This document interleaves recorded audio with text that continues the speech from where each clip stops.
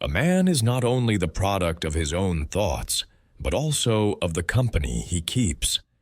The influence of those around us is so subtle, so persistent, and so powerful that it often shapes our destiny without our noticing. A single companion of noble character can raise a man to heights he never dreamed possible, while one companion of base habits can drag him down into failure and ruin. It has been said that we are the average of the 5 people with whom we spend the most time. I will not quarrel with that number, but I will tell you plainly, our associations either lift us or lower us. They either nourish our ambition or poison it. They either expand our vision or narrow it until it dies. And no man, however strong he imagines himself, is immune to the company he keeps. When I consider the turning points of my own journey, I find again and again that those who surrounded me played a decisive role.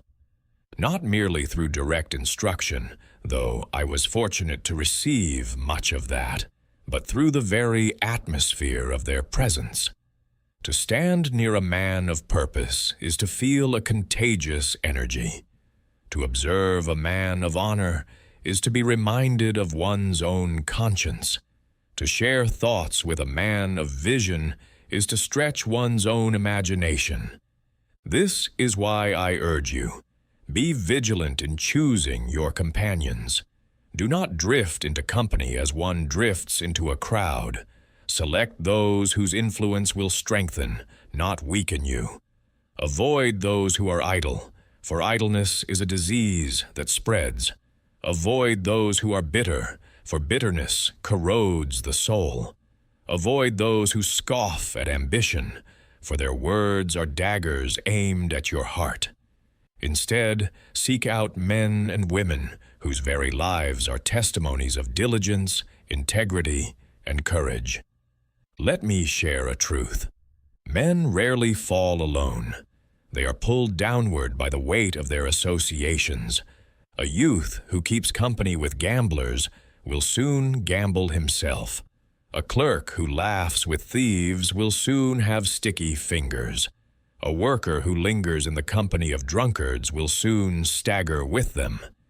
The descent is slow at first, almost invisible, until the pit is reached and escape is difficult. But just as association can destroy, it can also save.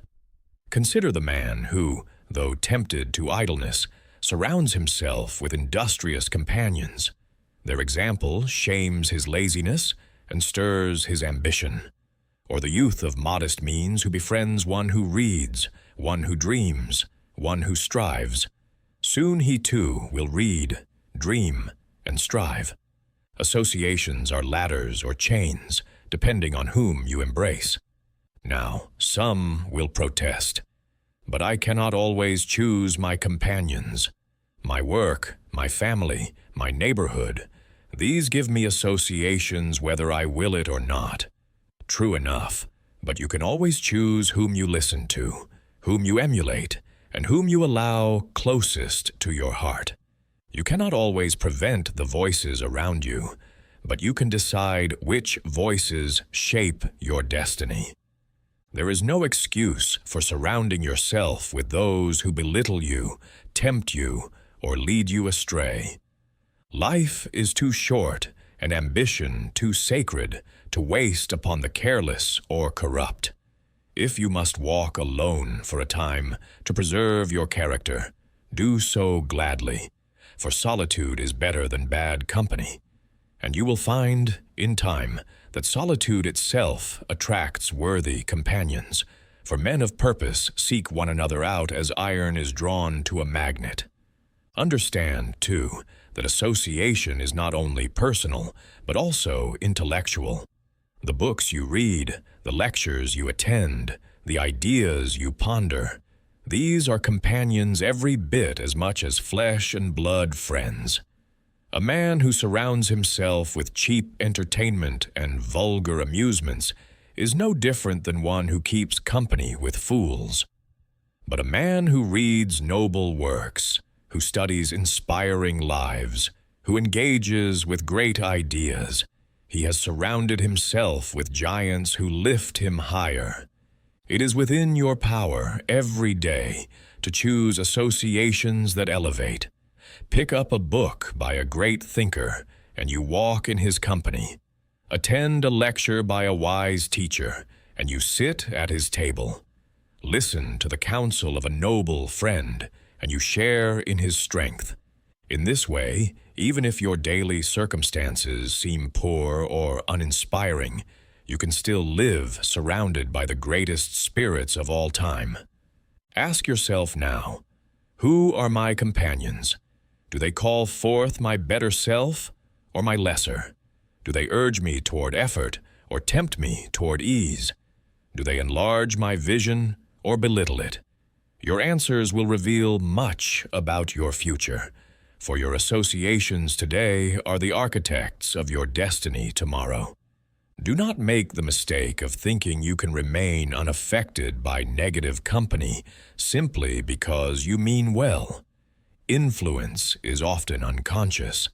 A man who spends his days with the idle will find his energy fading. A woman who listens constantly to gossip will find her thoughts poisoned.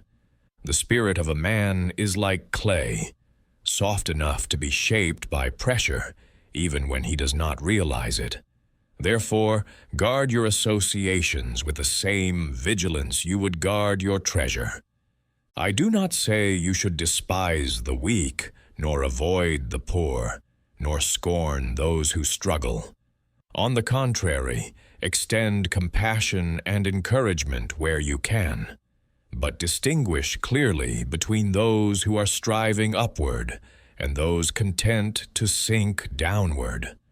The former will lift you even as you lift them. The latter will drag you with them no matter your good intentions. It is also true that you must be worthy of good associations yourself. Men and women of high purpose will not linger long with one who is careless, deceitful, or idle. If you wish to be surrounded by noble companions, you must cultivate nobility in your own character. Like attracts like. Therefore, labor daily not only to seek good company, but to become good company. Then, when opportunity places you among the great, you will be ready to remain there. In the end, you cannot escape this law. You will rise or fall to the level of those around you.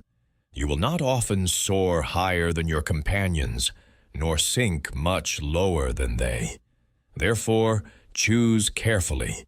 Let your circle be small if necessary, but let it be strong. Let each friend, each influence, each chosen association be a rung upon the ladder to your highest self. Remember this: wealth, power, and opportunity are not distributed equally, but the power to choose your associations belongs to every man. You may not control your birth, your talents, or your fortune, but you can control whose voices fill your ears, whose habits shape your days, and whose examples stir your heart. By that choice alone, you set the course of your destiny.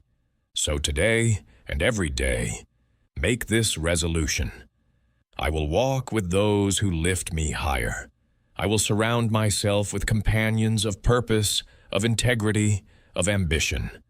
I will invite into my life not those who drain me, but those who strengthen me. And in time, by the silent but irresistible power of association, I too shall rise.